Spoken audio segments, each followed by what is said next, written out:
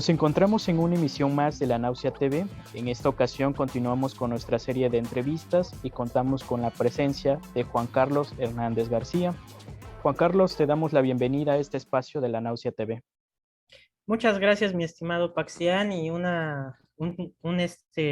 caluroso saludo a tu audiencia. Es un placer y un honor estar aquí, que me hayan invitado. Muchas gracias. Y bueno, pues ahora sí, adelante, mi estimado. He de mencionar un poco a nuestro auditorio, un poco la trayectoria de nuestro invitado y sobre todo para señalar que Juan Carlos es licenciado en Sociología por parte de la Universidad Veracruzana. También cuenta con una maestría en Antropología Social por el CIESAS Golfo y actualmente se desempeña como docente en la Universidad del Caribe con sede en Cancún, en el cual imparte diferentes asignaturas a nivel licenciatura. Y en este tenor quisiera un poco señalar una breve introducción sobre su trabajo de investigación que realizó Juan Carlos y que está muy relacionada con lo que tiene que ver con las culturas laborales, ¿no? Y sobre todo con esta parte de la sociología del trabajo y también parte de la sociología del trabajo, ¿no? En la cual, de alguna otra manera, Juan Carlos trata de mostrarnos esa trama y urdimbre de cómo funciona la editoria del gobierno del estado de Veracruz frente a procesos como la modernización administrativa.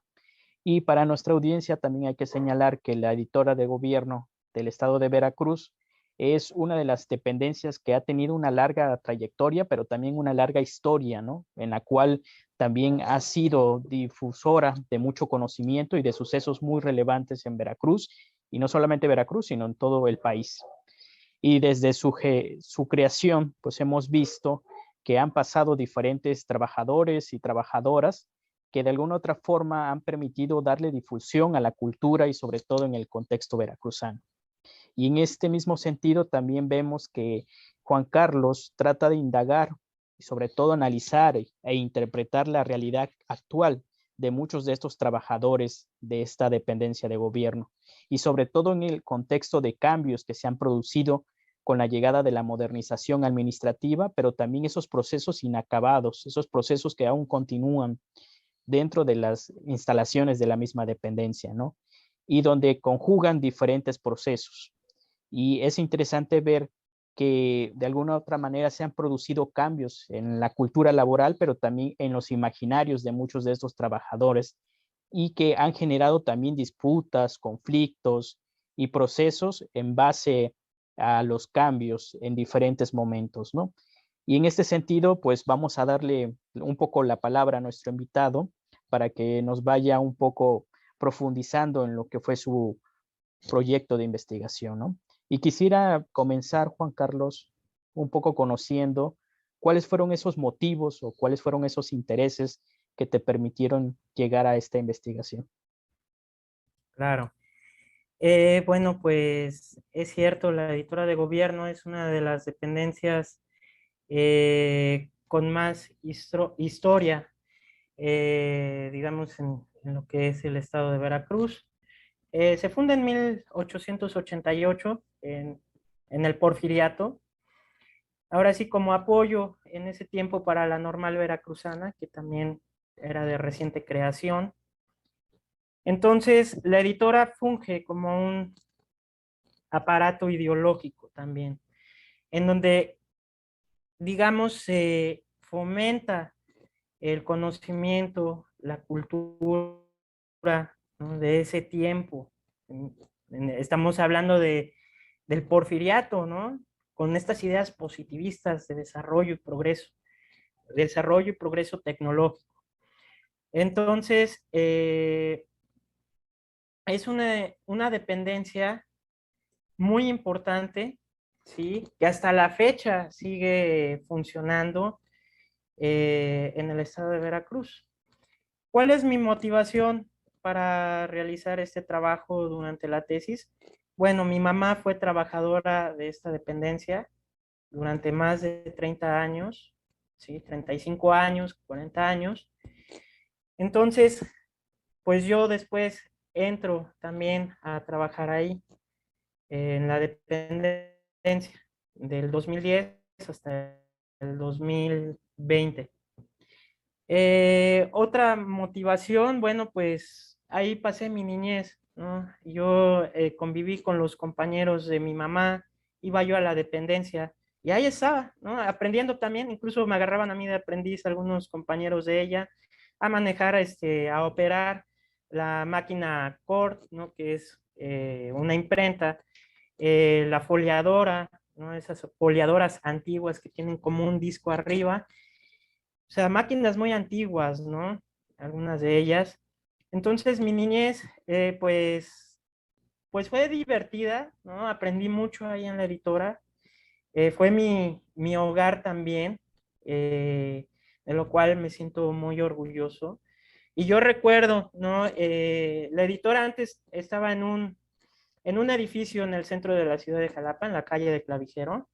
Ya con el tiempo la reubican, que es lo que también voy a hablar de esto, porque ahí sucede algo que no solamente afecta a los trabajadores de la editora de gobierno, sino a todos los trabajadores burócratas del estado de Veracruz, ¿no? Es una coyuntura crítica en la cuestión del sindicalismo y también pues en la cuestión laboral.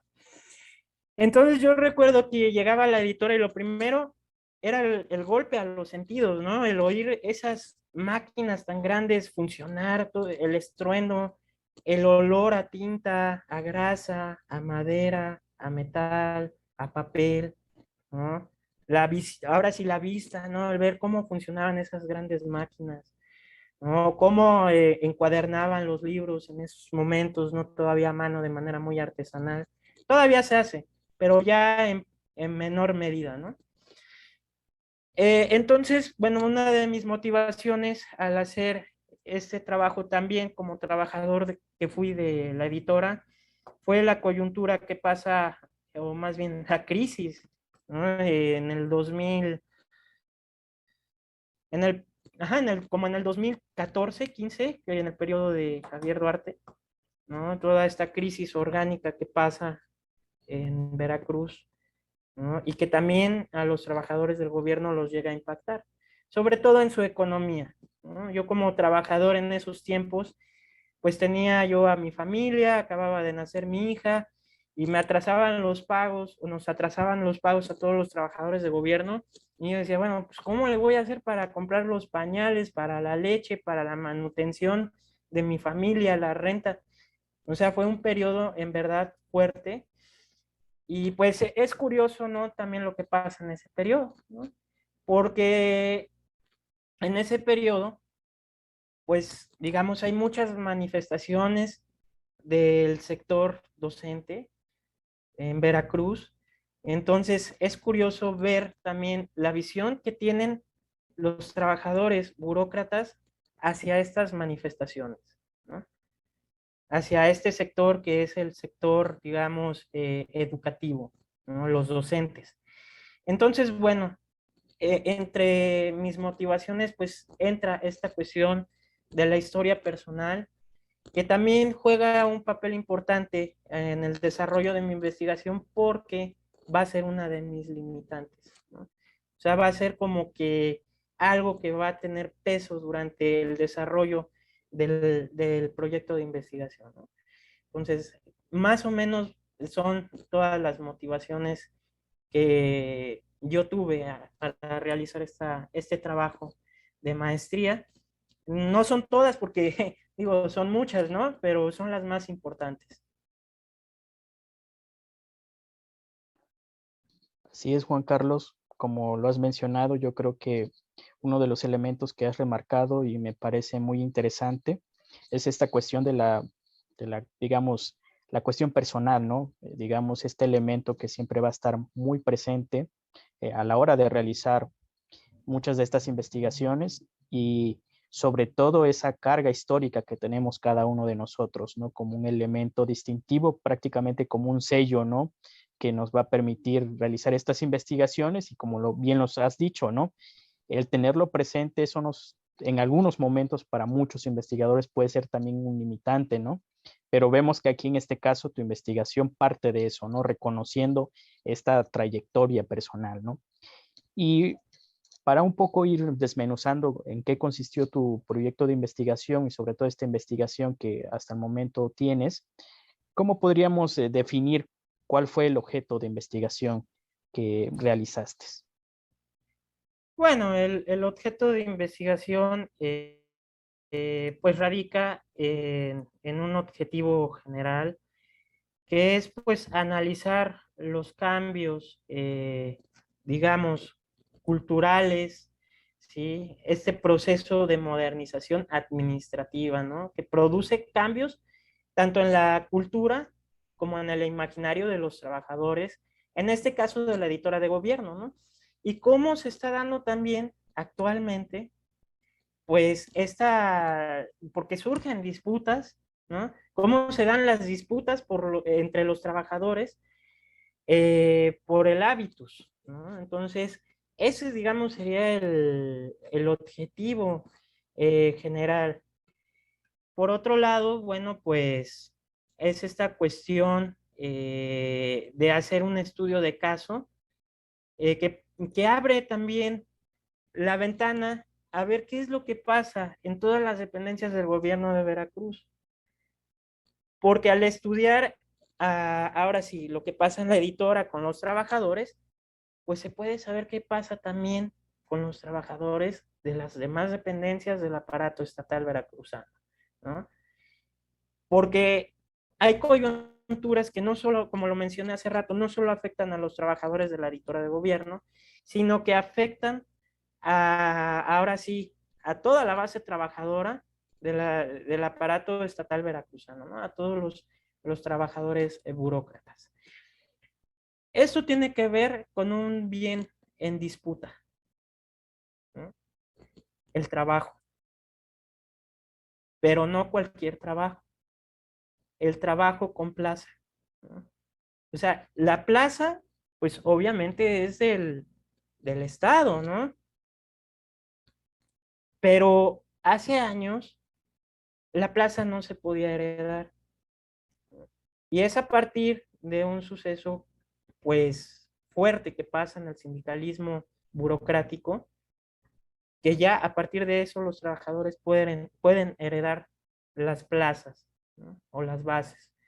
Y esto, pues, sí desata conflictos fuertes entre trabajadores, principalmente entre trabajadores de contrato que ya llevan muchos años en la dependencia, 10, 15, 20 años, los trabajadores de plaza, ¿no? Que se van a jubilar o se jubilan. Y también con los nuevos que entran y que tienen esa plaza. Hay varios elementos, hay varios factores que entran que bueno, tal vez ahora sí más adelante se podrían mencionar grosso modo. Entonces, a grandes rasgos, ese es el objetivo de investigación. Y me gustaría retomar algo que dijiste hace un momento, esta cuestión, ¿no? De cuando el investigador tiene un tema tan cercano a su vida, a su historia de vida. Y yo creo que muchos colegas y también pues muchos estudiantes que ven ahora sí tu canal se han de estar enfrentando a esta situación, ¿no? Y bueno, sabemos que actualmente hay un debate en la cuestión de lo subjetivo o lo objetivo, ¿no? O sea, y a mí eso fue una limitante muy fuerte porque me decían, a ver, ¿cómo vas a ser objetivo con un tema tan cercano a tu historia de vida? ¿No? Entonces, pues dice uno, pues sí, es un tema muy cercano, pero todos los temas que escogemos los investigadores, pues tienen que ver en parte con nuestra historia de vida, ¿no?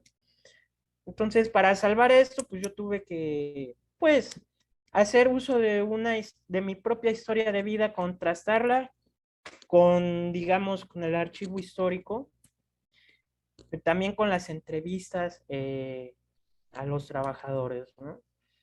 Y con otros datos. Entonces, me recuerda mucho a lo que dice Pierre Bourdieu en una de sus obras, ¿no? El investigador, en el afán de encontrar esa objetividad, pues termina haciendo todo lo contrario, ¿no? Se pierde en ese mar de datos, de información y también de pensamientos, ¿no? Entonces, aquí para llegar a una objetividad es contrastar la propia vida de uno, cuando es un tema muy cercano, con toda esa información, con el trabajo de campo, con el archivo histórico, con las entrevistas, ¿no? Solamente ahora sí o sea, para retomando lo que habías dicho hace rato, que se me hizo algo muy, muy importante, ¿no?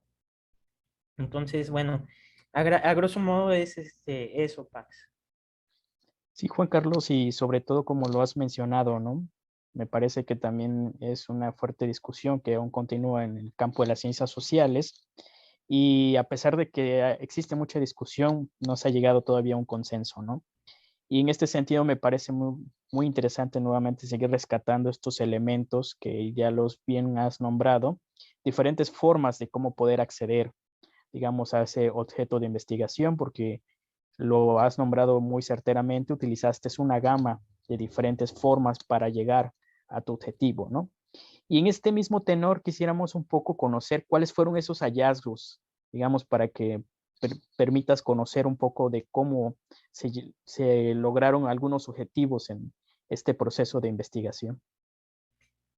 Bueno, creo que voy a empezar por el primer hallazgo. Es esta cuestión de la vida sindical de los trabajadores del gobierno de Veracruz, porque ahí sí, esta situación no solamente afecta a los trabajadores de la editora de gobierno, sí los afecta directamente porque también en ese momento confluyen otras situaciones que ahorita vamos a hablar, pero afecta en general a todos los trabajadores burócratas del gobierno de Veracruz, ¿sí? Y bueno, esto que afecta esta coyuntura crítica es, digamos, la fractura del sindicato hegemónico dirigido por la señora Juana Consuelo Méndez, ¿sí? Que era el único sindicato que representaba a los trabajadores del Ejecutivo del Estado de Veracruz. Lo que pasa ahí es que, bueno, la líder ya llevaba muchísimos años en el poder, se hacen elecciones en donde está la planilla de ella, ¿no? Para su reelección, y hay otra planilla u otras dos planillas, ¿no? Contendiendo también para que se cambiara, ¿no? De secretario general, ¿no? Del sindicato. Pues la líder sindical vuelve a ganar las elecciones y las otras planillas pues no están de acuerdo con esto. Y dicen, pues ¿saben qué? Nosotros nos separamos del sindicato, ¿no? Entonces el sindicato se fractura, surge otro sindicato, ¿sí? Y es con este rompimiento que el gobierno estatal, por lo que yo recabé de información, llega a un acuerdo con el sindicato naciente. ¿Cuál es ese acuerdo? Que las bases se puedan heredar. O sea, que un trabajador le pueda heredar su plaza, ya sea a su hijo, a su hija, a su esposo, a su esposa, a su mamá, a su tío, a cualquiera, ¿no? Algo parecido a lo que sucede también en el sector magisterial, ¿no? Que lo hemos visto hace muchos años, ¿no? Como también el Estado pues ya pone medidas contra esta práctica, ¿no? En el sector magisterial, ¿no? Por eso se han puesto exámenes para poder aspirar a un puesto de docente dentro del sector educativo. Lo curioso aquí es cómo se da este cambio en el gobierno de Veracruz, ¿no? De que ya se pueden heredar las plazas y antes no, antes era un sistema meritocrático, ¿no? En donde el trabajador podía aspirar a una plaza en base a su esfuerzo, en base a los años que estuvo ahí trabajando en la dependencia y se le daba la plaza cuando se jubilaba algún trabajador. Esto pues sí, digamos, como que va a cambiar el imaginario de los trabajadores, en este caso del Poder Ejecutivo, ¿sí? Y bueno, en el caso de la editora, esa coyuntura, esta fractura en el sindicato hegemónico, pues los afecta directamente. ¿Por qué? Porque en ese año es en el 2001, un poquito de marco contextual histórico, Es en el 2001 que pasa esta situación del sindicato, pero en el 2001 el gobierno del estado, que en ese tiempo era dirigido por Miguel Alemán, hijo, pues decide que a la editora se le va a reubicar a un edificio fuera del casco urbano de Jalapa, muy cerca del aeropuerto, en la congregación de Miradores del Mar, en el municipio de Emiliano Zapata.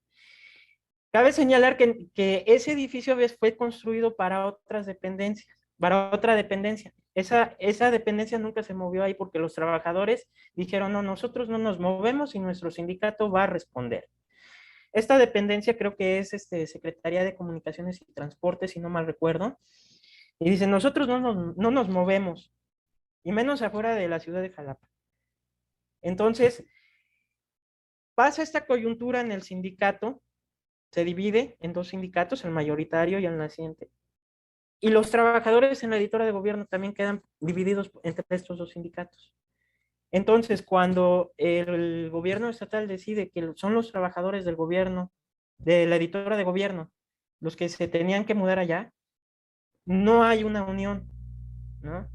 Entonces terminan moviendo la dependencia que se encontraba en el centro de Jalapa, en la calle de Clavijero, que ese edificio, por cierto, tenía un sentido histórico porque había sido seminario, ¿no? Incluso ahí daba clases, pues, el santo de la ciudad de Jalapa, que es Rafael Guízar, ¿no? También funcionó como caballerizas para el ejército mexicano durante, digamos, la época revolucionaria. Aquí sí no recuerdo bien los detalles, pero el edificio tenía historia, ¿no? Y es demolido y hoy en la fecha, a la fecha, pues es digamos, es un centro comercial, ¿no? Porque en ese tiempo, el centro de la ciudad de Jalapa estaba, digamos, había comercio ambulante, ¿no? En lo que se llama la Plazuela del Carbón, que es muy conocida aquí en Jalapa, o lo que se conoce el árbol. Ahí estaban, pues, los comerciantes acomodados. Entonces también viene la decisión por parte del gobierno municipal de mover a estos comerciantes y ven la oportunidad en el edificio de la editora de gobierno. Se demuele el edificio y pues lo condicionan para los ambulantes. Los trabajadores de la editora son movidos allá a Miradores del Mar, a la congregación, y ahí empieza a cambiar también el imaginario y cultura de esos trabajadores, ¿no? Porque de pasar de un ambiente urbano a un ambiente rural, también significa que cambia el imaginario de la persona, ¿no? Entonces, entran también otros factores ahí, como es esta cuestión de estar laborando en un ambiente rural, donde prácticamente alrededor pues es monte, ¿no? No había, en esos tiempos no había edificios. Ahorita ya se está poblando de edificios, pero hace años pues no. Entonces los trabajadores tenían que convivir con la fauna y con la flora de ese lugar, ¿no? Me contaban algunos trabajadores que a veces se encontraban serpientes ahí de 2 metros y que las cazaban y que de ahí se hacían cinturones o botas, ¿no? Entonces imagínate, ¿no? Pero la coyuntura crítica aquí es esta cuestión del sindicato, ¿no? De ahí se cambia, digamos, también la manera de los trabajadores, y no solamente de la editora, sino de todos los trabajadores del Ejecutivo Estatal, en esta cuestión de las plazas, ¿sí? O sea, ya como que para ellos se vuelve una pertenencia, ¿no? Yo trabajo, tengo mi plaza, pues es mía. Ya no es del Estado, es mía y yo puedo hacer lo que quiera con ella, ¿no? Entonces, algunos la heredan, otros, como pasa en otros sectores, pues también, pues se llega a un convenio con alguna otra persona y pues hay ahí un acuerdo económico, ¿no? Entonces, cambia eso y va de la mano con esta cuestión de la cultura organizacional, ¿no? Con el nuevo modelo que es, digamos, adoptado del sector privado, ¿no? Que es esta cultura organizacional, ¿no? Se deja atrás el modelo clásico weberiano, ¿no? Con sus valores, se rescatan algunos valores weberianos, ¿no? De este modelo clásico de burocracia para la nueva cultura organizacional, ¿sí? Pero, y hay manuales éticos y todo, pero es el ideal, ¿no? Y lo ideal no siempre se refleja en la realidad. O sea, del dicho al hecho hay mucho trecho, ¿no? Entonces, ese es otro hallazgo que, que reflejo en la tesis, en el trabajo, ¿sí? Hay un gran debate, digamos, o, bueno, eso ya a nivel también de las ciencias sociales, ¿no? Esta cuestión de la cultura obrera y de las culturas laborales, y la nueva cultura, la cultura organizacional, ¿no? Entonces, bueno, otra cuestión que también trato de abordar aquí en, en el trabajo, pues es la historia, ¿no? Hago una historiografía de lo que es la editora y también a través de esta historiografía, pues sale a relucir que en la editora, en los años, digamos, de Adalberto Tejeda y Heriberto Jara, que fueron gobernadores con tintes socialistas, principios digamos, del siglo 1920, por ahí así, surge una milicia obrera, estilo batallón rojo, ¿no? De la Revolución Mexicana. Esta milicia obrera de corte socialista, formada por los trabajadores de la editora de gobierno, surge para proteger a los obreros de la fábrica de San Bruno, que en esos tiempos estaban siendo también acosados, que estaban en situación crítica, ¿no? Entonces, esto es parte importante de la historia de la editora de gobierno, que tiene mucho peso, no solamente en la ciudad de Jalapa, sino, digamos, en la historia de Veracruz mismo, ¿no? Porque como difusora de conocimiento y de cultura, pues también, digamos, pues es parte de algunos hechos históricos del estado de Veracruz, ¿no? Por ejemplo, el estridentismo en la editora de gobierno, en los años que surge este movimiento literario, pues le da muchísimo, muchísimo, ¿cómo se podría decir? Muchísima difusión, ¿no? Por ejemplo, a los escritos de Maples Arce, ¿no? De todos esos estridentistas. Entonces, la editora tiene un papel central en lo que es la historia del estado de Veracruz, ¿no? Por otro lado, también, pues, esta cuestión de la disputa del hábitus entre trabajadores, pues, ya antiguos y los nuevos trabajadores. Y aquí tiene que ver muchos factores, ¿no? Por ejemplo, la edad. Cuando mi mamá, por ejemplo, y sus compañeros entran, pues entran de 16, 17 años como aprendices, pues se ven prácticamente como hermanos, ¿no? Toda esa generación. Y con la herencia de plazas, pues entran personas de diferentes edades, con diferentes historias también laborales, y es ahí donde surge el choque, porque los trabajadores antiguos dicen, a ver, es que hay una forma específica, por ejemplo, de coser un libro, ¿no? Y es así. Entonces el trabajador nuevo, a ver, pero es que a mí, aunque me enseñes así, si yo puedo mejorar este trabajo, lo voy a hacer así, ¿no? Para no estar perdiendo tiempo en lo artesanal, lo puedo hacer así, ¿no? Por ejemplo, desde doblar una hoja. Un trabajador que ya tiene experiencia en el trabajo artesanal te va a decir, es hoja por hoja, ¿no? Doblar hoja por hoja, o pliego por pliego, como ellos dicen, ¿no?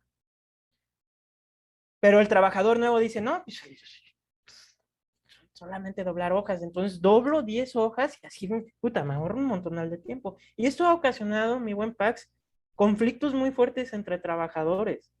O sea, que ha llegado ya hasta agresiones físicas en algún momento, ¿no? Y esto en unión también con lo de la plaza, porque los trabajadores de contrato que ya llevan ahí 10, 15 años, dicen, es que, ¿cómo puede ser posible que a nosotros pues, no nos tomen en cuenta, que nos den esa plaza?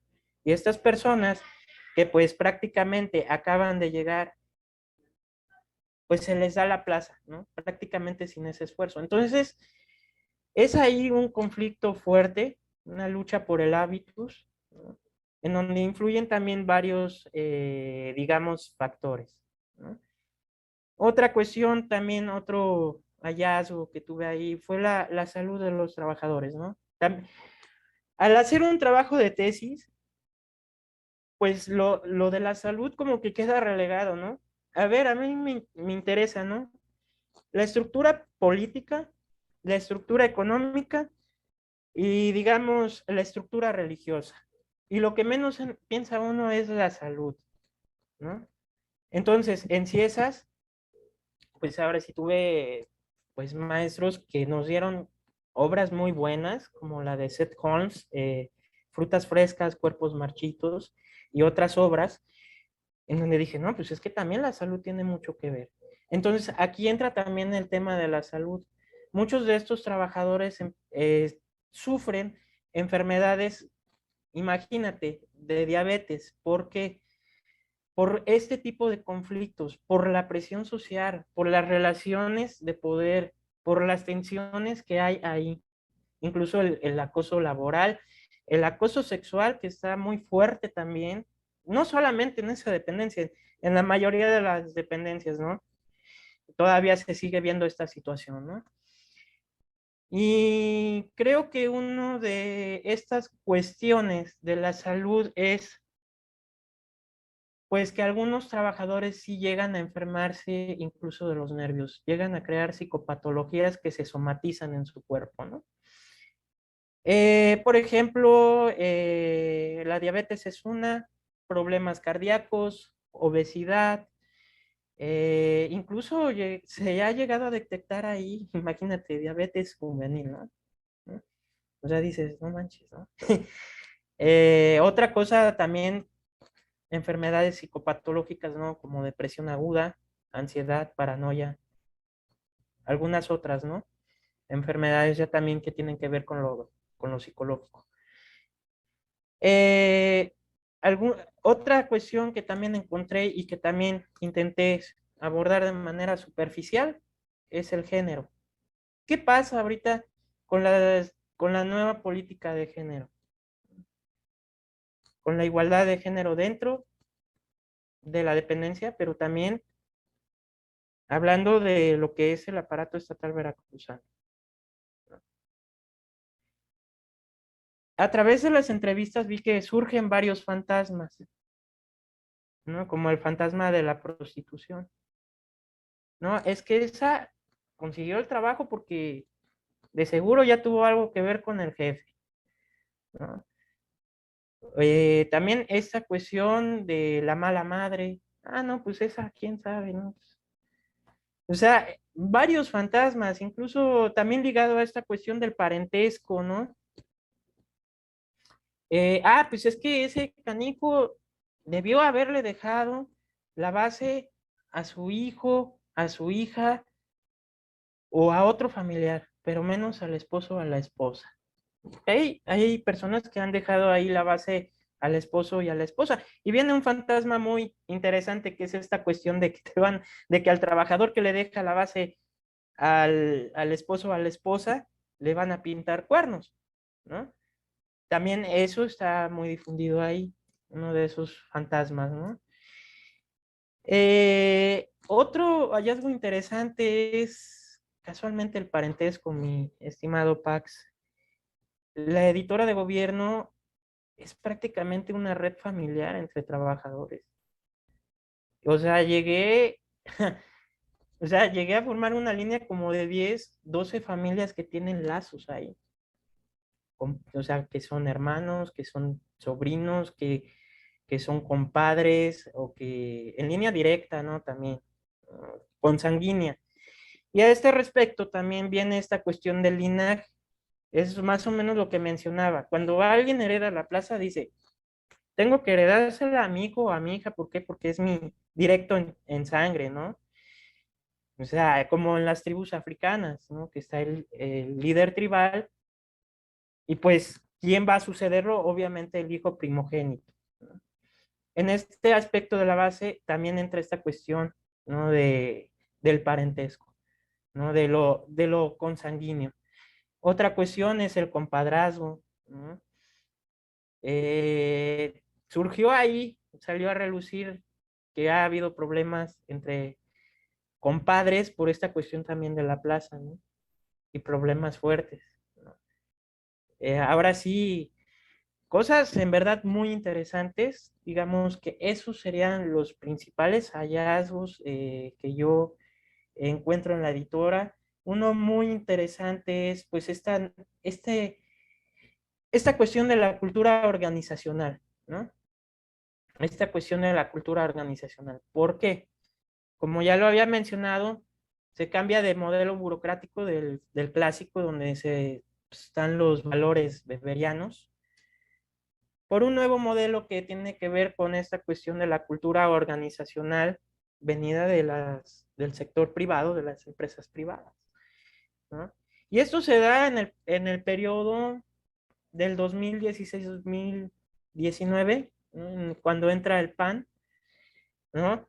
Pero lo cierto es que, como lo decía, es el ideal, porque en realidad está ahí el código ético, pero no se sigue. Así es, Juan Carlos, me parece que dentro de tus hallazgos que nos has mostrado y que son múltiples hallazgos e interesantes, me parece que hay que rescatar esas continuidades, ¿no? Pero también permanencias y estas rupturas.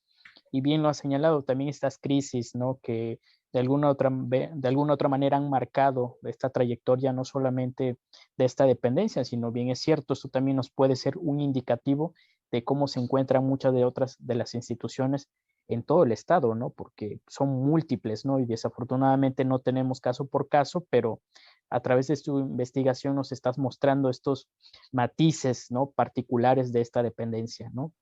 Y esta dependencia que ha tenido mucha trascendencia en el contexto veracruzano, ¿no? Y en este también tenor, no sé, quisiéramos que nos pudieras platicar un poco de lo que ya has mencionado, cuáles fueron esos retos y esos limitantes que tuviste en este proceso de investigación, no solamente por esa carga personal, sino porque supongo tuviste también otros limitantes que también es interesante resaltar, ¿no? Sí, claro, no, hombre, pues fueron muchos los retos al realizar este trabajo de investigación.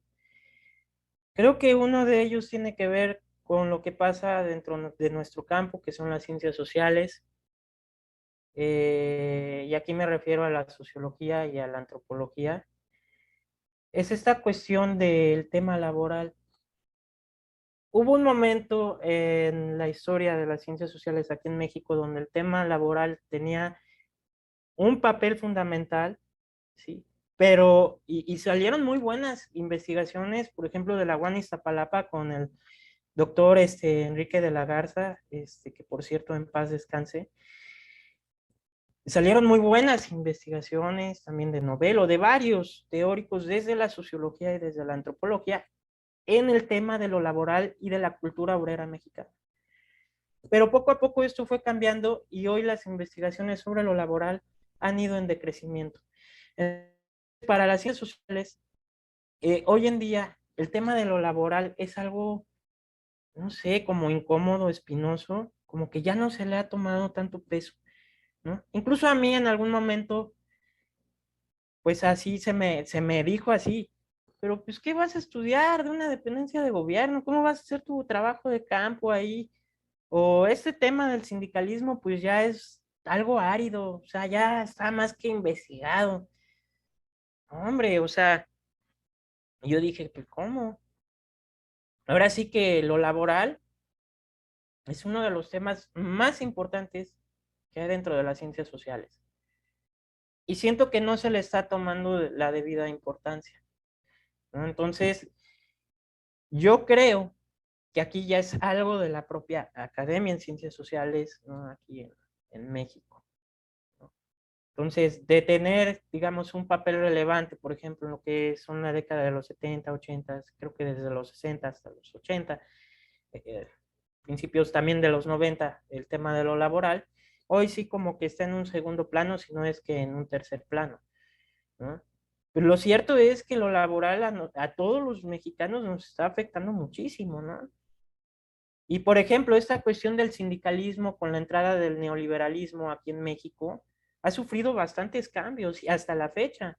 Por ejemplo, hoy se les exige a los sindicatos esta cuestión de la transparencia, ¿no? En la base trabajadora, ¿no? Que digamos, van a una empresa privada, la Secretaría del Trabajo y les dice, a ver, bueno, ¿ustedes están de acuerdo con el contrato colectivo actual o están de acuerdo que se cambie, ¿no? Por ejemplo. Esos son cambios en verdad importantes en cuanto al sindicalismo y creo que esto viene de 1988, que como bien sabemos, pues es un parteaguas, ¿no? Es el cambio de un modelo, de ese México paternalista, de ese Estado paternalista, ¿no? De ese Estado benefactor al Estado neoliberal, ¿no? A este modelo ideológico económico, ¿no? Neoliberal.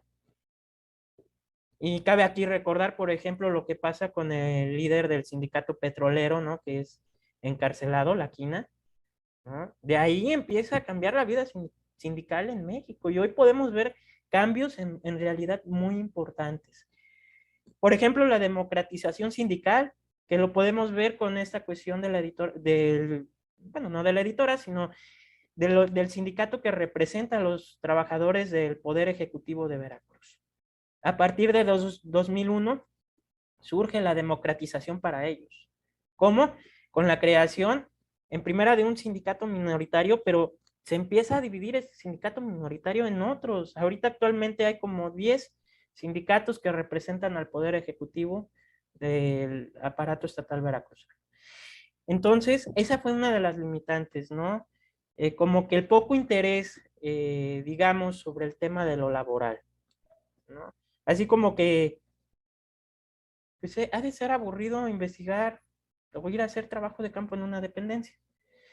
Pues bueno, la editora tiene sus ventajas porque es mitad fábrica y mitad oficinas, ¿no? Entonces, tiene uno mucho que observar, ¿no? Y no dudo que si alguien se animara a hacer trabajo de campo en alguna otra dependencia, también habría toda una gama ahí de cosas a observar, ¿no? Esa es la primera limitante a la que yo me enfrento. Otra cuestión es ya en cuestión de la información histórica. El Estado, digamos que la historia de Veracruz tiene una laguna, ¿no? O más bien, los trabajos que se han realizado desde las ciencias sociales aquí en Veracruz no han estudiado cierto periodo de tiempo de la historia veracruzana, ¿no? Bueno, está el doctor Erasmo Hernández, que sí, él tiene muy buenas investigaciones de lo que es el Veracruz postrevolucionario hasta la década, creo que de los 50, pero de los 50 a lo que era, digamos, 2010, porque ya a partir de lo que pasa en 2010, pues yo veo que hay muchos interesados, muchos colegas interesados ya en hacer una reconstrucción histórica. Pero en el momento que yo empiezo, por ejemplo, a hacer mi tesis de licenciatura, que también está, digamos, ligada a este tema, pues uno de los problemas es esa laguna histórica, ¿no? Dices, a ver, ¿dónde encuentro la información? Afortunadamente, y eso es algo que yo invito a los colegas a hacer, vayan a la hemeroteca de Ciesas Golfo, porque ahí hay un archivo hemerográfico muy rico, o sea, del diario de Jalapa, ¿no? Entonces yo me voy ahí a la hemeroteca de Ciesas Golfo y empiezo a revisar periódico por periódico de mi marco histórico, ¿no? Que es de, digamos, del 98 hasta 2000, ahora sí, 19, ¿no? Y ahí encuentro yo la información.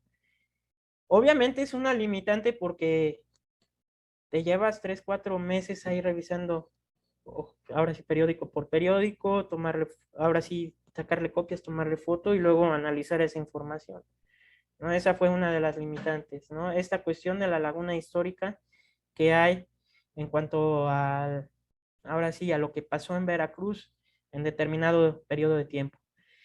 Esa es una. La segunda, bueno, la tercera sería esta cuestión que ya había yo mencionado, esto de la cercanía con mi tema de investigación. En verdad, sí, sí fue algo que sí me costó trabajo salvar, pero que gracias ahora sí a mi director de tesis y mentor, Saúl Moreno, que por cierto le mando un saludo a ella, al doctor Saúl Moreno, pues es que yo puedo salvar, ¿no? Esto. Y aquí viene a colación algo muy importante que está saliendo hoy en día, que es esta cuestión de la autoetnografía, ¿no? Esto de la autoetnografía no es algo nuevo, ¿no? O sea, cuando mi asesor me dice, es que esto ya existe desde hace tiempo, ¿no? Se ha hecho trabajos bajo esa metodología, ¿no? Pero hoy agarra pues cierto impulso porque, bueno, ya es como que la moda, ¿no? Ahorita, pero es algo que ya existía. Y yo me iría mucho más lejanos a los principios de la antropología, ¿no? Con Malinowski y todos ellos, ¿no? Con los padres de la antropología. Porque recordando que Malinowski, pues en su diario de campo, que luego es publicado creo que por su esposa, pues es una especie de autoetnografía, ¿no? Entonces, bueno, yo utilizo esta metodología de la autoetnografía, hago un recuento de mi historia de vida. No, hombre, pues la empiezo a contrastar, ¿no? Con toda la información que había reunido, ¿no? Y es así como llego a esta cuestión de la objetividad, ¿no? Que por cierto, sí, a muchos se nos ha criticado, ¿no? Entonces, es que, ¿cómo puedes hacer un trabajo de investigación objetivo si tú vienes de esa realidad, ¿no? ¿Cómo vas a ver las otras realidades de tu tema de investigación? Y muchos dicen, bueno, ya estás haciendo algo panfletario, o sea, ¿por qué? Porque ya no es objetivo, es subjetivo. Pero esto, como lo decíamos hace rato, es un tema que hasta la fecha es un debate, ¿no? Pero sí se puede realizar un trabajo pues, imparcial, ¿no? Con esto de la autoetnografía. Pero como siempre contrastándolo con la base de información que tiene uno de merográfica, de archivo histórico, con las entrevistas, con lo observado en campo. Se puede, que se puede, ¿no? Gracias, Juan Carlos. Como bien lo has mencionado, me parece que son tan solo algunos, ¿no? De esos límites o retos que siempre se tienen en este tipo de investigaciones desde el ámbito social, ¿no? Y sobre todo para un poco ir cerrando, quisiéramos conocer un poco tu opinión sobre cuál crees que sea el reto, no solamente de la editora de gobierno del estado, sino de otras dependencias, ¿no? Sobre todo en este escenario de lo que ahora llamamos la nueva normalidad y sobre todo por lo que está pasando con la pandemia, donde hay muchos espacios que anteriormente o dependencias que en su momento pues funcionaban al día, ¿no? Y ahora lo están haciendo a través de otras formas distintas, ¿no? Yo creo que aquí también va a haber otro cambio, una nueva reconfiguración de las formas de cómo hacer el trabajo y pues quisiéramos saber un poco tu opinión, ¿no? Sobre Claro, este punto, ¿no? claro. No, lo cierto es que estamos pasando por una situación excepcional que no se veía desde hace muchos años para la humanidad, ¿no? Creo que una de las últimas pandemias fue la de la gripe española y eso estamos hablando a principios del siglo XX, ¿no? La gripe, ajá, la gripe española. Pero hoy la verdad es que nos agarró en curva esta cuestión, ¿no? De el SARS-CoV-2 y claro, cambió totalmente el panorama de lo laboral, ¿no? Y no solamente en un sector, sino en todos los sectores. Hoy en día, bueno, estamos preparados con la tecnología, pero muchas veces ni la tecnología pues salva algunos retos. Y aquí más que hablar de los retos que tiene el aparato estatal veracruzano en cuanto a esta nueva normalidad, es hablar sobre estos cambios que se han venido gestando y que no terminan de consolidarse, ¿no? Y esto me remonto hasta 1988, que es cuando entra el neoliberalismo aquí en México, pero es también a partir de ese momento donde entra esta nueva cultura organizacional que es adoptada del sector privado, ¿no? Con una serie de valores muy diferentes, ¿sí? Del modelo burocrático tradicional o clásico, ¿no? Que está más enfocado en los valores beberianos, ¿sí? Entonces, aquí hay también un cambio muy fuerte, ¿sí? ¿Por qué? Porque se van a fomentar nuevos valores, ¿sí? En cuestión de, digamos, en las dependencias de gobierno, ¿no? Valores como la transparencia, la igualdad, ¿no? La igualdad de género, que eso es un valor relativamente nuevo, ¿sí? Por ejemplo, digamos, en los valores del modelo burocrático de Weber, ¿no? Esta cuestión de la diligencia, de la capacidad, de la autoridad, del mérito, ¿no? Que dices, no, hombre, o sea, esto, este valor, en verdad, sí, es lo que yo en un principio yo formulaba, digo, a ver cómo está, ¿no? Porque antes no se podía, pues, heredar la plaza y hoy sí, o sea, antes era esta cuestión de la meritocracia. Y uno de los valores que fomenta la cultura organizacional actualmente, pues es esa cuestión de la meritocracia, y lo podemos ver en las grandes empresas, ¿no? Que si tú entras, digamos, no sé, en un puesto muy bajo, pues tienes la capacidad, o sea, si demuestras tu capacidad, ¿no? Y la constancia te van subiendo y vas escalando de puesto en puesto hasta llegar a puestos ya incluso altos, ya directivos, ¿no? Y se supone que este nuevo modelo de la nueva gestión pública tendría que tener esto, pero es todo lo contrario, ¿no? Ahora bien, ¿cuáles son esos valores que se rescatan para la nueva gestión pública que está basada en la cultura organizacional, ¿no? La legalidad, honestidad, lealtad, imparcialidad, transparencia, rendición de cuentas, bien común, confidencialidad, ¿no? Respeto al entorno cultural y ecológico, respeto a la equidad de género y liderazgo. Lo cierto es que esto es en el ideal. En la realidad hay una serie de contradicciones muy fuertes. Y lo que podemos ver hoy es una hibridez entre ese viejo modelo clásico burocrático que estaba en las dependencias de gobierno con elementos de este nuevo modelo de la gestión pública. O sea, se conservan vestigios del Estado benefactor, ¿no?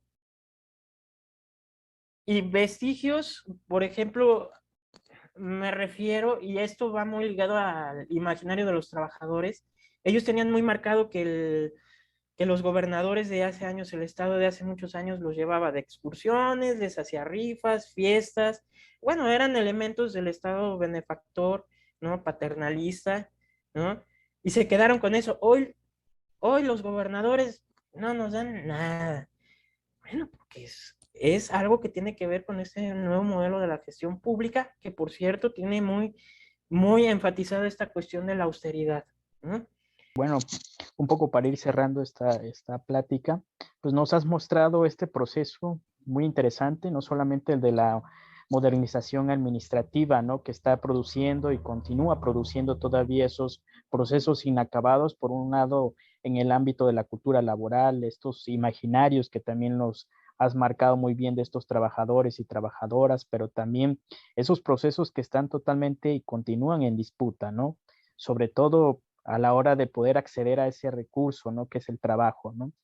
Y sobre todo, pues, nos has mostrado también estos elementos o esta serie de cuestionamientos, no solamente teóricos, sino también metodológicos, de cómo poder acercarse, ¿no? A esos hallazgos, sobre todo en un campo que a la fecha todavía sigue siendo, y bien lo mencionaste, es un poco espinoso para ciertos investigadores, ¿no? Sobre todo porque conjugas estos conceptos de modernización administrativa, el trabajo, los cambios culturales, pero algo también interesante, el sindicalismo, ¿no? Ya no se diga diferentes hallazgos que todavía me parece que encontraste en tu tesis y también el rescate historiográfico, ¿no? Que un elemento también fundamental y bien lo ha señalado, aún falta por seguir conociendo qué es lo que está sucediendo en otras dependencias del aparato estatal veracruzano, ¿no? Y en ese sentido agradecemos un poco tu participación de poder tratar de plasmar un poco de estos hallazgos, ¿no? No sé si ya como comentario final quisieras hacer un comentario o sobre tu trabajo. Bueno, ahora sí que ya para cerrar esta cuestión, pues como lo dije al principio de esta entrevista, pues fue un trabajo que tiene que ver con mi vida personal y de mi familia, ¿no? Dado también que pues en mi familia pues es una familia que digamos tiene historia en la burocracia por parte de mi abuelo materno y mi mamá.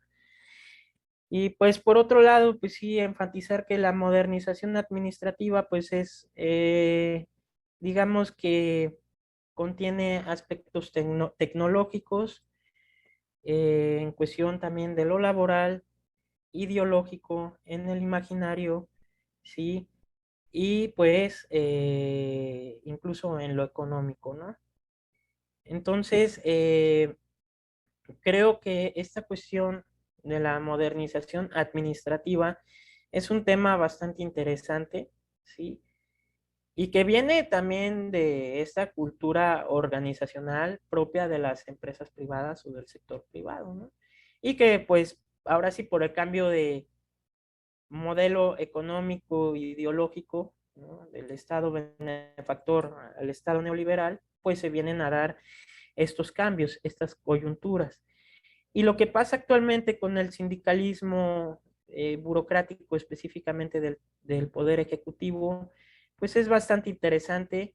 ¿Qué pasa ahí, por ejemplo, con el papel de la mujer en los sindicatos, dado que el sindicato hegemónico en algún momento pues estuvo liderado por una mujer, ¿no? Y durante muchísimos años. Y me viene aquí el ejemplo de Margaret Thatcher, ¿no? La primer ministro de Reino Unido, cómo también la figura femenina aquí cobra una gran importancia dentro del sindicalismo, en este caso del Poder Ejecutivo. Un, digamos, un tema bastante interesante, ¿no? Dado también ahorita, pues, esta cuestión de la igualdad de género, ¿no? Entonces, eso creo que puede abrir puertas a nuevas investigaciones y también, pues, darle el lugar que se merece también a esta cuestión de los estudios laborales, pues en nuestro campo de las ciencias sociales. Y bueno, Pax, pues ese sería mi comentario ya para cerrar esto. Y yo en verdad estoy muy agradecido contigo, con tu audiencia, ¿no? De brindarme este espacio. Ahora sí, para exponer mi tema de investigación de maestría. Y pues ahora sí, muchísimas gracias, ¿no? Muchísimas gracias, mi estimado Paxián. Así es, Juan Carlos, y te agradecemos también por la invitación de haber aceptado de poder un poco difundir estas nuevas investigaciones que están surgiendo y sobre todo que no se queden en el pedestal de alguna biblioteca o algún centro de investigación, sino que también tengan esta particularidad de seguir conociendo estos procesos, pero también que se siga difundiendo este nuevo conocimiento y estos nuevos temas, ¿no? Y bueno, Juan Carlos, también a nuestra audiencia, les agradecemos por haber estado presentes en una emisión más de La Náusea TV. También les seguimos recordando que sigan consultando nuestros diferentes canales y nos vemos en una emisión más. Hasta la próxima.